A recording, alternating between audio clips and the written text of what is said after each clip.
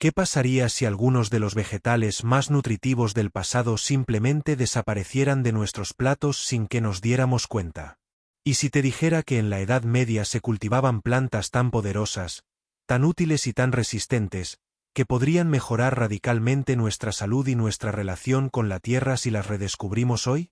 Durante siglos, campesinos, monjes y cocineros medievales dependieron de un repertorio de superalimentos que hoy han sido prácticamente borrados de la memoria colectiva. No por falta de sabor, no por escasa nutrición, sino por el simple paso del tiempo, la industrialización agrícola y la obsesión moderna por la apariencia estética en la comida. Hoy, abrimos una ventana al pasado. Vamos a sumergirnos en un mundo de verduras resistentes al frío, raíces dulces que alimentaban a los reyes, plantas medicinales que brotaban sin ser sembradas, y frutas que necesitaban semanas de paciencia antes de volverse comestibles. Esta es la historia de 15 superalimentos olvidados de la Edad Media, y por qué deberíamos traerlos de regreso en el siglo XXI. Número 1. Esquirret, la raíz dulce que alimentó a reyes y campesinos.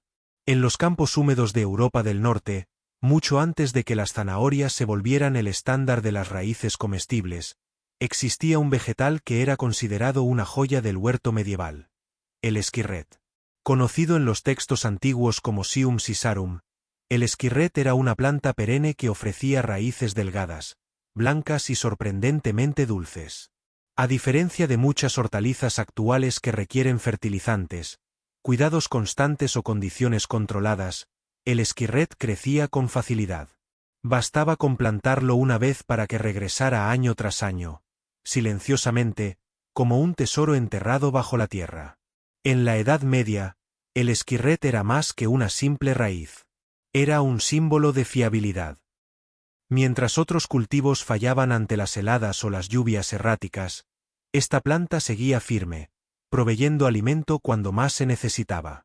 Durante los duros inviernos, cuando los campos quedaban estériles y los graneros vacíos, los campesinos sabían que podían contar con el esquirret. Por eso, en los libros de cocina de los monasterios, aparece no solo como un ingrediente común, sino como un alimento de emergencia. Pero no solo era práctico. También era delicioso. Su sabor, más dulce que el de la zanahoria o la chiribía, lo convirtió en un manjar para la nobleza. Reyes y damas de la corte exigían su presencia en los jardines palaciegos. Los cocineros lo hervían, lo asaban, lo convertían en puré, lo incluían en pasteles dulces e incluso lo fermentaban para crear salsas únicas. Era, en muchos sentidos, el equivalente medieval de la papa, antes de que ésta llegara desde América. Entonces, ¿por qué desapareció? La llegada de cultivos americanos como la papa y la zanahoria moderna desplazó lentamente al esquirret. Estos nuevos vegetales ofrecían mayores rendimientos por planta y eran más fáciles de cosechar a gran escala. El esquirret, con sus múltiples raíces delgadas que requerían limpieza y pelado manual, fue relegado al olvido. ¿Por qué deberíamos recuperarlo hoy? En pleno siglo XXI, el esquirret representa una respuesta ecológica a muchas preguntas modernas. Su capacidad para crecer en climas fríos, su resistencia natural a enfermedades, y el hecho de que no requiere replantación cada año, lo convierten en un aliado perfecto para la agricultura sostenible. Además, su alto contenido en fibra, su bajo índice glucémico y su sabor naturalmente dulce lo hacen ideal para dietas modernas que buscan reducir el azúcar procesado. Imagina poder cultivar tu propio esquirret en el jardín, cosecharlo en invierno sin maquinaria, y disfrutarlo como lo hacían en la Edad Media. Con mantequilla, especias o simplemente hervido con sal. Un superalimento que alimentó a generaciones enteras y que hoy puede ayudarnos a reencontrarnos con una forma de vida más natural, más resiliente y más nutritiva. Número 2. Alexanders, la planta que lo daba todo y no pedía nada. En los jardines medievales, existía una planta que crecía sin permiso, sin reglas y sin miedo al abandono. Una planta rebelde que se negaba a quedarse confinada en hileras rectas o parcelas organizadas. Su nombre era Alexanders, conocida por los botánicos como Smyrnium olusatrum. Llegó a Europa gracias a los romanos, quienes la introdujeron como un vegetal de alto valor culinario. Sin embargo, fue en la Edad Media cuando Alexanders alcanzó su apogeo. Se convirtió en una planta omnipresente en los jardines, los monasterios y hasta en los caminos rurales. Su virtud más asombrosa. Absolutamente toda la planta era comestible. Las hojas jóvenes eran cosechadas y cocinadas como espinaca o añadidas crudas a las ensaladas, aportando un sabor que oscilaba entre el apio y el perejil. Los tallos eran hervidos o salteados como si fueran espárragos. Las flores se usaban como decoración comestible. Incluso las semillas se secaban y se utilizaban como un sustituto de la pimienta, en épocas en las que las especias eran un lujo reservado para los más ricos. Y aún hay más. Las raíces podían ser cocidas como cualquier tubérculo, y los brotes tiernos se comían frescos o salados. Era, literalmente, una planta para todo uso. A esto se sumaba su impresionante adaptabilidad. Crecía en suelos pobres, toleraba la salinidad costera, resistía la sequía, el frío, y rara vez necesitaba intervención humana. En una época donde la resiliencia era la clave para la supervivencia, Alexanders era una joya. Y sin embargo, hoy ha sido olvidada. ¿Por qué desapareció? A partir del siglo XVIII, un competidor más refinado entró en escena. El apio moderno. Con un sabor más suave, tallos más uniformes y una apariencia más comercial. El apio desplazó poco a poco a Alexanders de los jardines europeos. La agricultura industrializada y los mercados exigían productos que pudieran empacarse, transportarse y venderse con facilidad. Y Alexanders, con su naturaleza salvaje y su crecimiento irregular, no cumplía esos requisitos. ¿Por qué deberíamos recuperarla hoy? En una era donde el cambio climático desafía la agricultura tradicional, Alexanders podría representar un regreso inteligente a lo esencial. Es resistente a las condiciones extremas, crece en lugares donde otras plantas fracasan, y ofrece un perfil nutricional sorprendentemente completo. Rica en vitamina C, hierro y antioxidantes naturales, puede ser una excelente fuente de nutrientes para dietas modernas. Además, su sabor distintivo la convierte en una alternativa exótica en la cocina gourmet actual. Chefs enfocados en ingredientes ancestrales y sostenibles ya la están redescubriendo en países como el Reino Unido y Francia. Incluso los jardines urbanos podrían beneficiarse de su cultivo libre y resistente, ideal para quienes desean conectar con la tierra sin depender de fertilizantes o pesticidas. Recuperar Alexanders es más que una moda histórica. Es un acto de resiliencia ecológica, de reconexión con un pasado en el que la naturaleza proveía sin exigir. En un mundo que busca alternativas sostenibles, este vegetal olvidado podría convertirse en un símbolo de abundancia sin esfuerzo.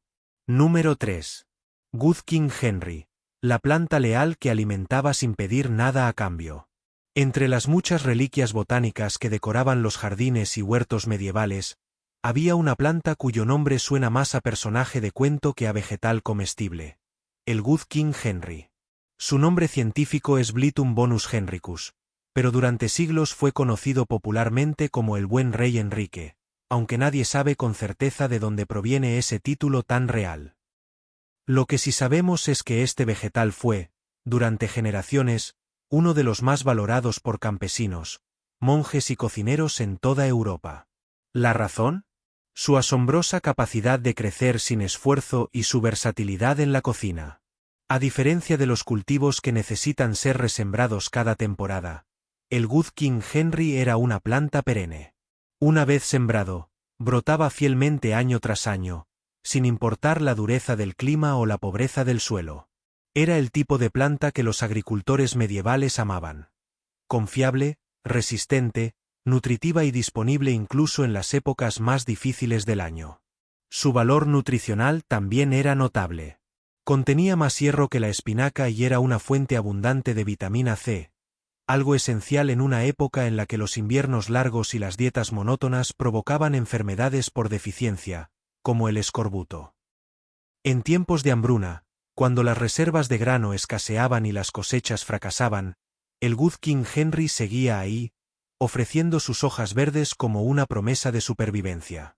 Los cocineros medievales sabían aprovechar cada parte de la planta. Los brotes tiernos eran hervidos como espárragos. Las hojas maduras, tratadas como espinaca. Sus botones florales se cocinaban como pequeños brócolis. Incluso su raíz se utilizaba para preparar infusiones con propiedades laxantes suaves. Algunos tratados de medicina tradicional también mencionaban el uso de sus hojas machacadas para tratar heridas. Era, en muchos sentidos, el utensilio de cocina vegetal de la Edad Media, un solo ingrediente, múltiples aplicaciones. ¿Por qué desapareció? La respuesta es simple: eficiencia comercial. A medida que la agricultura se volvió más industrial, plantas como la espinaca, el brócoli o el espárrago, de apariencia más uniforme, más fáciles de recolectar y más atractivas a la vista. Displazeron al modesto Good King Henry. ¿Por qué deberíamos recuperarla hoy? El Good King Henry es el sueño de cualquier agricultor ecológico. No necesita fertilizantes artificiales, no requiere pesticidas, y puede prosperar en suelos pobres donde otros cultivos fracasan. Su condición perenne reduce la necesidad de laboreo del suelo, lo que ayuda a proteger la biodiversidad subterránea y a retener carbono. Además, para quienes buscan una dieta más rica en nutrientes sin depender de suplementos, esta planta ofrece un refuerzo natural de minerales y vitaminas clave. En tiempos donde la salud intestinal, la resistencia inmunológica y la alimentación local cobran cada vez más importancia, el Good King Henry podría convertirse en una alternativa poderosa y económica. Restaurar esta planta en nuestros jardines y platos es más que una curiosidad histórica. Es un recordatorio de que muchas de las soluciones que buscamos hoy, en la medicina, en la nutrición, en la sostenibilidad, ya existían hace siglos, solo que las hemos olvidado. Número 4. Salsifí, la raíz medieval que sabía a marisco y alimentaba a los que no podían comer carne. En un mundo donde la carne era escasa, el pescado costoso y las restricciones religiosas marcaban el calendario alimenticio, encontrar un vegetal que imitara el sabor del mar era poco menos que milagroso. Así era el salsifí, una raíz que, pese a su aspecto humilde, conquistó monasterios, mesas campesinas y cocinas reales con un perfil de sabor inconfundible, el de la ostra. Conocido científicamente como Tragopogon porrifolius, el salsifí fue durante siglos un vegetal esencial en la dieta europea. Existían dos variantes, el salsifí blanco y el salsifí negro. Ambos eran raíces largas, delgadas y de piel rugosa, que ocultaban bajo su apariencia modesta un sabor profundo, complejo y ligeramente marino. En los monasterios del siglo XV, donde los votos religiosos prohibían el consumo de carne y pescado en muchos días del año, el salsifí se convirtió en una solución práctica. Cocido adecuadamente, ofrecía una textura suave y un gusto que recordaba al marisco. Era el vegetal ideal para la Cuaresma y otras fechas de ayuno. Los registros de cocina de la época revelan que se preparaba hervido, en puré o frito, e incluso se usaba en caldos para reforzar el sabor de otros ingredientes. Pero el salsifí no solo destacaba por su sabor. Era resistente al frío extremo, lo que lo convertía en una de las pocas fuentes de vegetales frescos durante los duros inviernos europeos. Mientras otras plantas se marchitaban o morían, el salsifí permanecía enterrado en la tierra, intacto, esperando ser desenterrado cuando más se necesitaba. Y una vez cosechado, podía almacenarse durante meses sin refrigeración. Era, sin duda, uno de los tesoros más valiosos del huerto medieval. ¿Por qué desapareció? Con la llegada de la modernidad y la revolución agrícola, el salsifí fue desplazado por vegetales de crecimiento más rápido y de aspecto más uniforme. Su sabor peculiar, su crecimiento lento y su forma irregular no encajaban en los modelos de producción masiva. La cultura del supermercado, centrada en la estética y en la eficiencia logística, marginó al salsifí hasta convertirlo en una rareza botánica. ¿Por qué deberíamos recuperarlo hoy? En el siglo XXI, donde el interés por alimentos funcionales, sostenibles y únicos ha crecido, el salsifí podría vivir un renacimiento. Su riqueza en fibra, potasio, Hierro y antioxidantes lo convierte en un aliado para la salud digestiva, la presión arterial y el sistema inmunológico. Para las personas veganas o vegetarianas, el salsifí representa una alternativa natural y sabrosa para platos que requieren umami sin carne.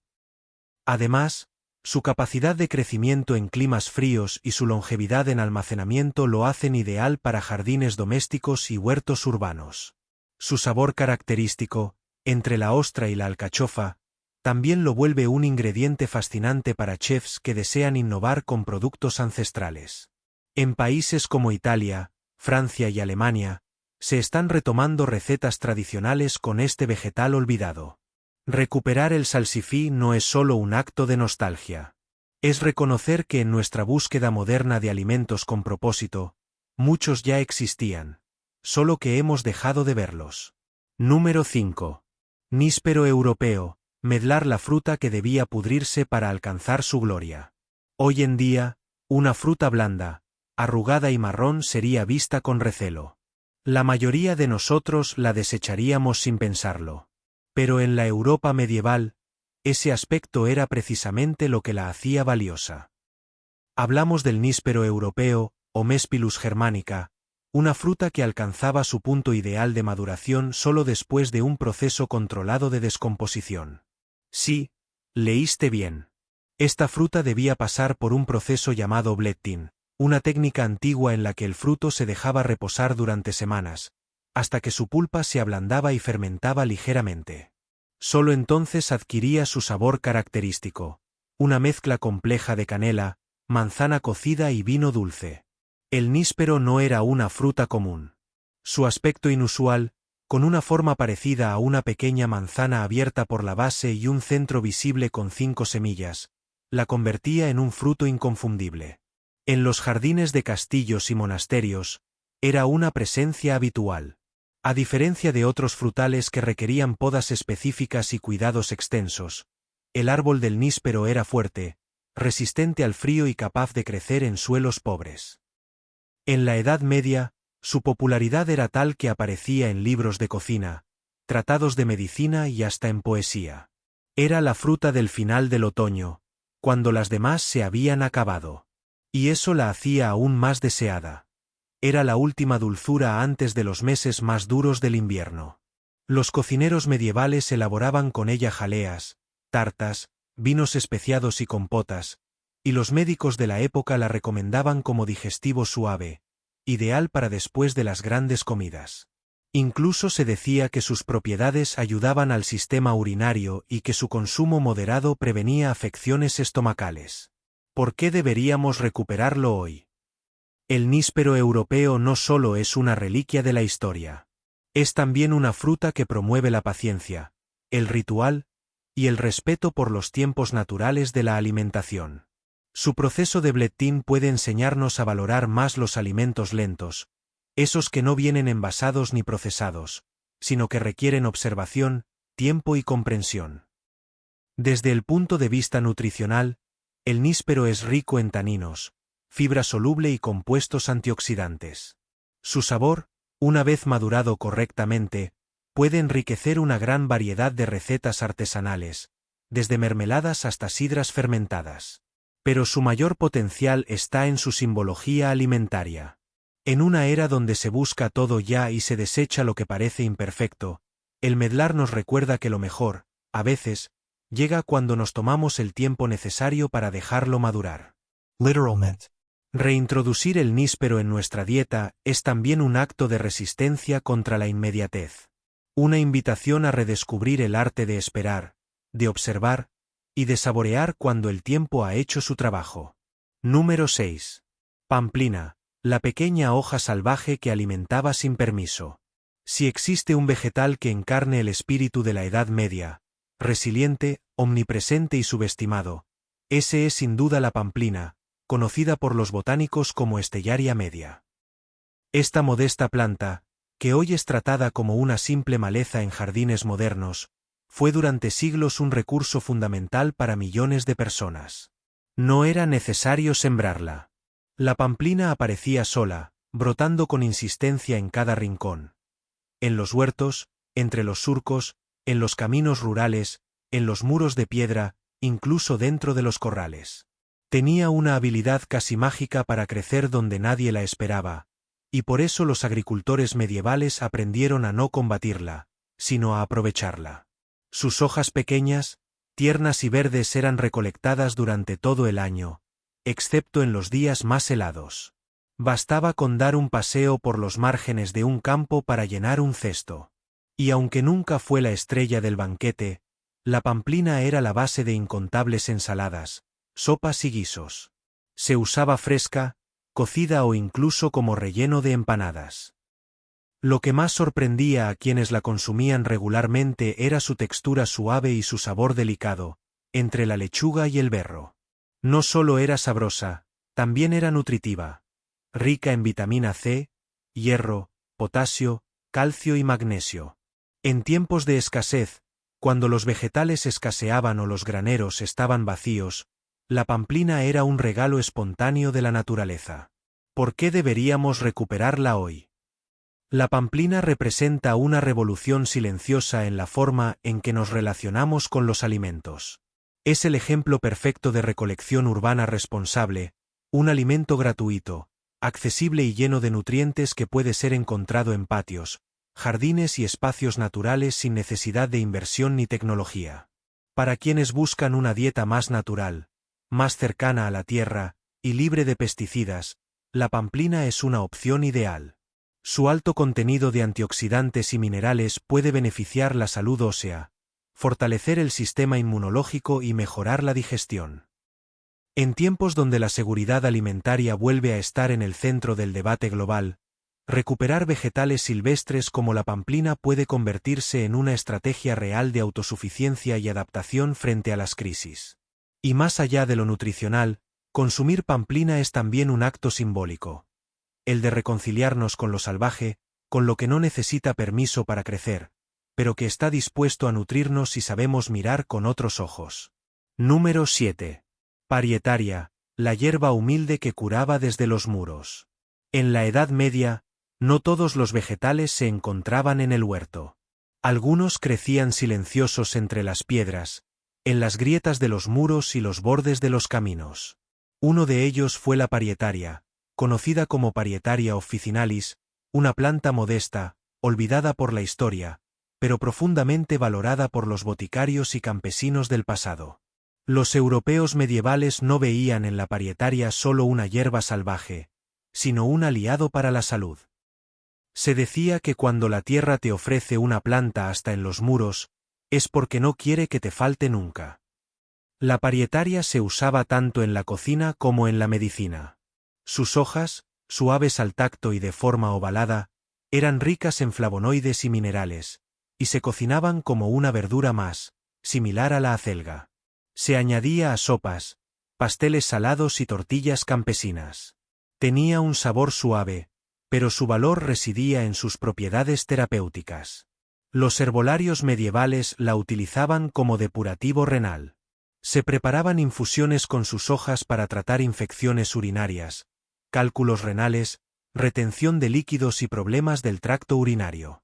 También se aplicaban compresas con sus hojas machacadas sobre heridas o inflamaciones cutáneas.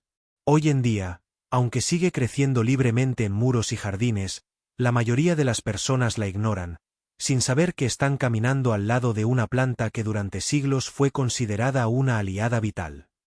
¿Por qué deberíamos recuperarla hoy? Vivimos una época en la que la salud renal es un desafío creciente. La parietaria, con sus compuestos naturales y su uso ancestral como tónico del sistema urinario, podría complementar tratamientos modernos y promover una desintoxicación suave del cuerpo. Su reintroducción en huertos comunitarios o jardines urbanos sería sencilla. No necesita suelos ricos, crece incluso en sombra, y su mantenimiento es casi nulo. Para quienes desean incorporar hierbas medicinales en su dieta diaria, la parietaria ofrece una opción gratuita, sostenible y profundamente enraizada en la historia europea. Y, como símbolo, representa el poder de lo invisible. Aquello que pasa desapercibido, pero que durante siglos sostuvo la salud de pueblos enteros. Tal vez no fue nunca el vegetal más glamuroso, pero sí uno de los más fieles. Número 8. Cenizo. El alimento de los pobres que sostenía reinos.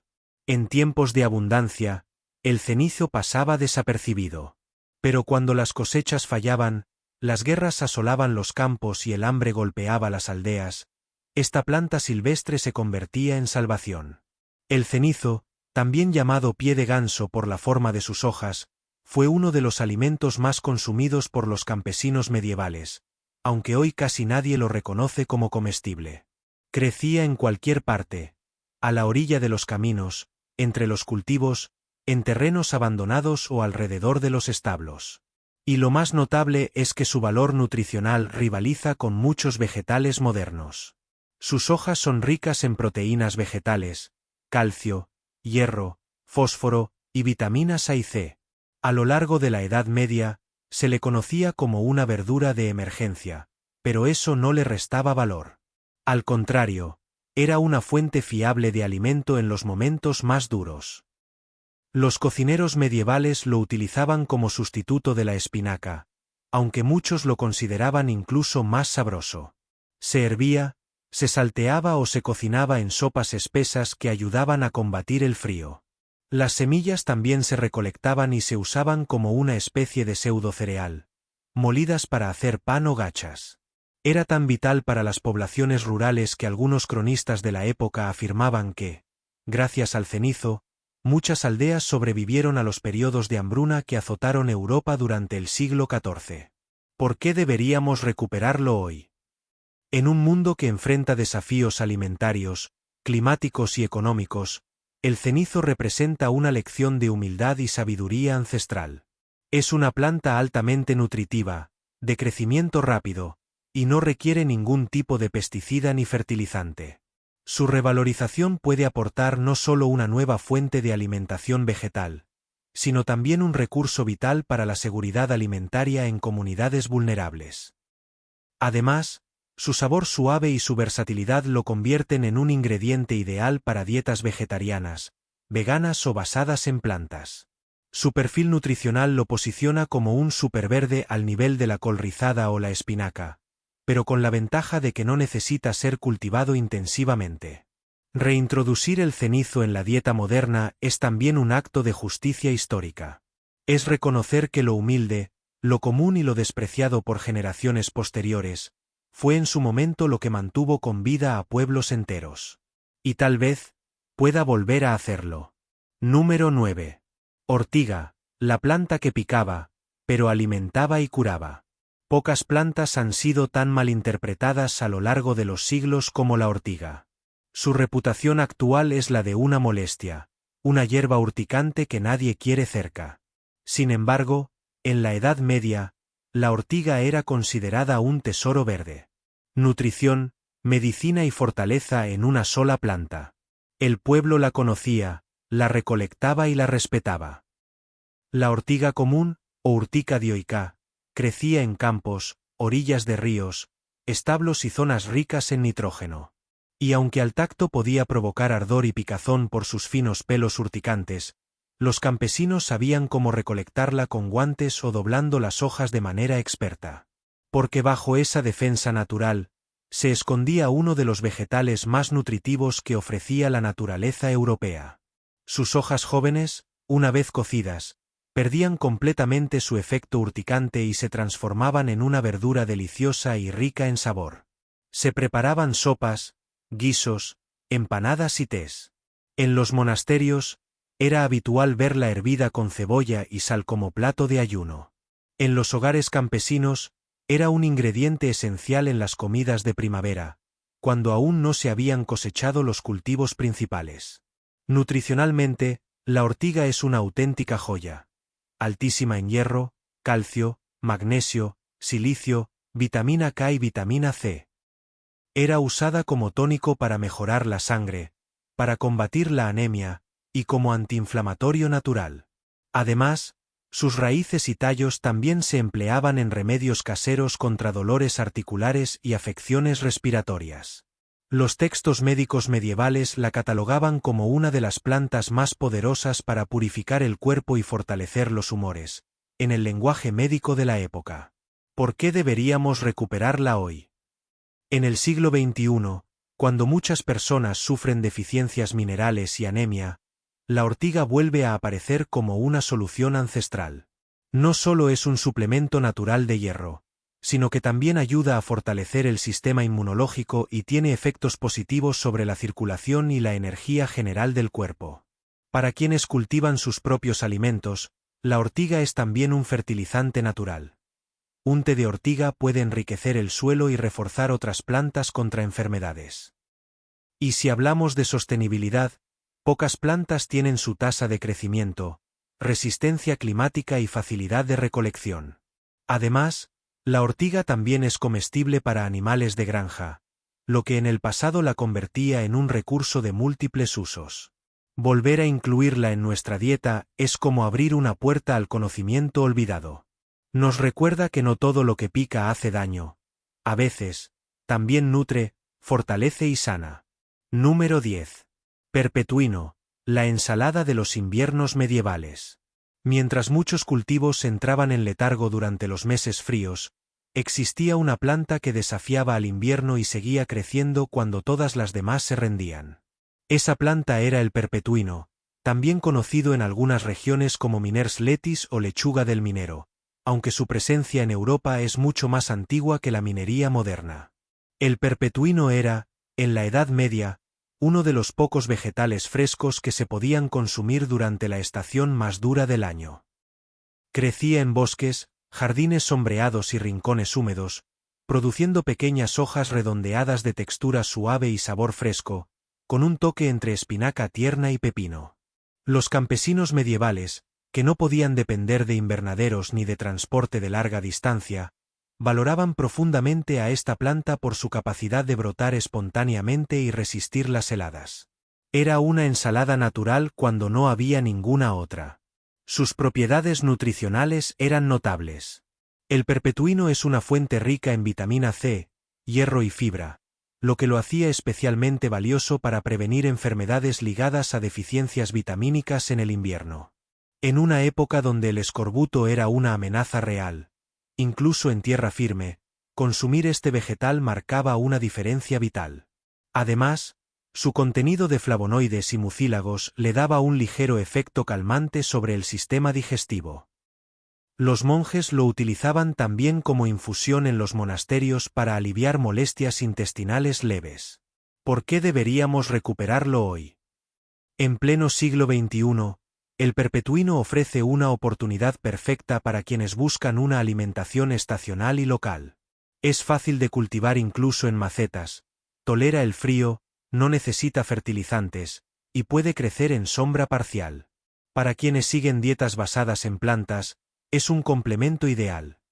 Rico en clorofila, vitaminas y minerales, con un sabor suave que combina con casi cualquier plato. Además, es ideal para quienes sufren sensibilidad digestiva, ya que es más ligera que otras hojas verdes más fibrosas. Su resistencia climática también lo convierte en una planta esencial para los huertos sostenibles, sobre todo en regiones frías o de inviernos prolongados. Y a nivel simbólico, el perpetuino es un ejemplo de persistencia silenciosa. Una planta que no se impone, pero que siempre está allí, esperando ser redescubierta. En un mundo que quiere reconectar con la naturaleza, volver a poner al perpetuino en nuestros platos es, sin duda, un paso en la dirección correcta.